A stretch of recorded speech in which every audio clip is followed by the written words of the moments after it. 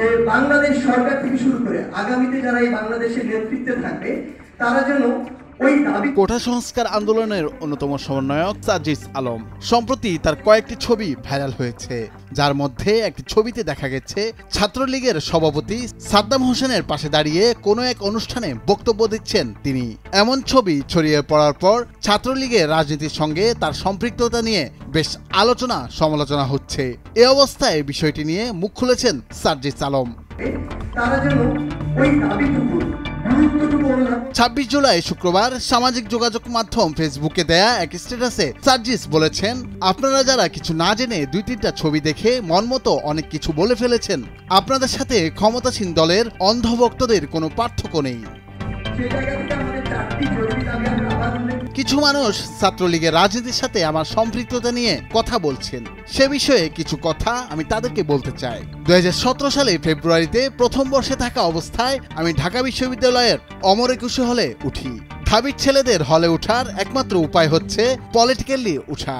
হলে সিটের ব্যাপারে প্রশাসনের তেমন কোনো হাত নেই।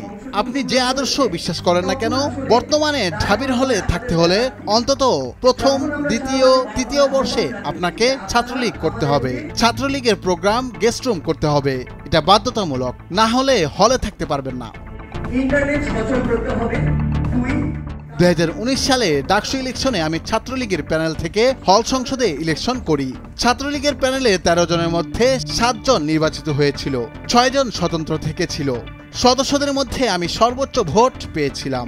ফেসবুকে 2টা ছবি দেখছি, একটা 2019 সালে হল ছাত্রলীগের কোনো এক প্রোগ্রামের। হলের টিভি রুমে ডায়াসের সামনে দাঁড়িয়ে কথা বলার ভঙ্গিতে তোলা। তখনকার সময় অনুযায়ী জুনিয়র হিসেবে এসব শখ করে তোলা, সবাই তোলে। অন্য ছবিটি ক্রিকেট টুর্নামেন্টের man of the match series trophy নেওয়ার সময়। ঢাবি পঞ্চগড় অ্যাসোসিয়েশন আয়োজিত ওই প্রতিযোগিতায় সাদ্দাম ভাই অতিথি ছিল, যেহেতু তার বাড়ি পঞ্চগড়ে এবং তখন তিনি ডাকসুর এজিএস ও ঢাবির সেক্রেটারি।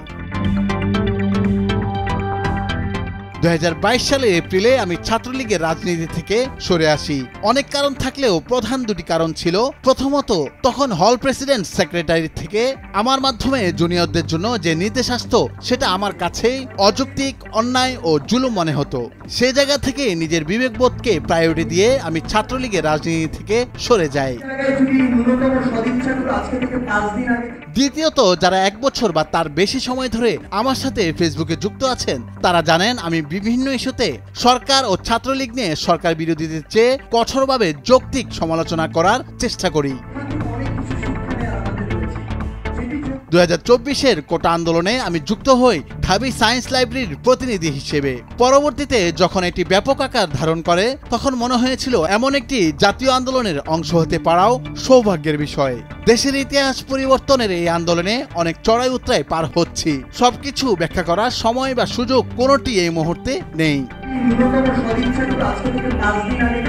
আমি মানুষ, আমার জ্ঞানের সীমাবদ্ধতা আছে, অভিজ্ঞতার সীমাবদ্ধতা আছে, ভুলভ্রান্তি আছে, কিন্তু আমি নিজেকে সংশোধন করতে, ভুল থেকে শিক্ষা নিতে সবসময় প্রস্তুত। হয়তো আরেকদিন বেঁচে থাকবো, কিন্তু বাঁচার মতো বাঁচবো, অন্যায়ের সাথে আপোষ করে নয়।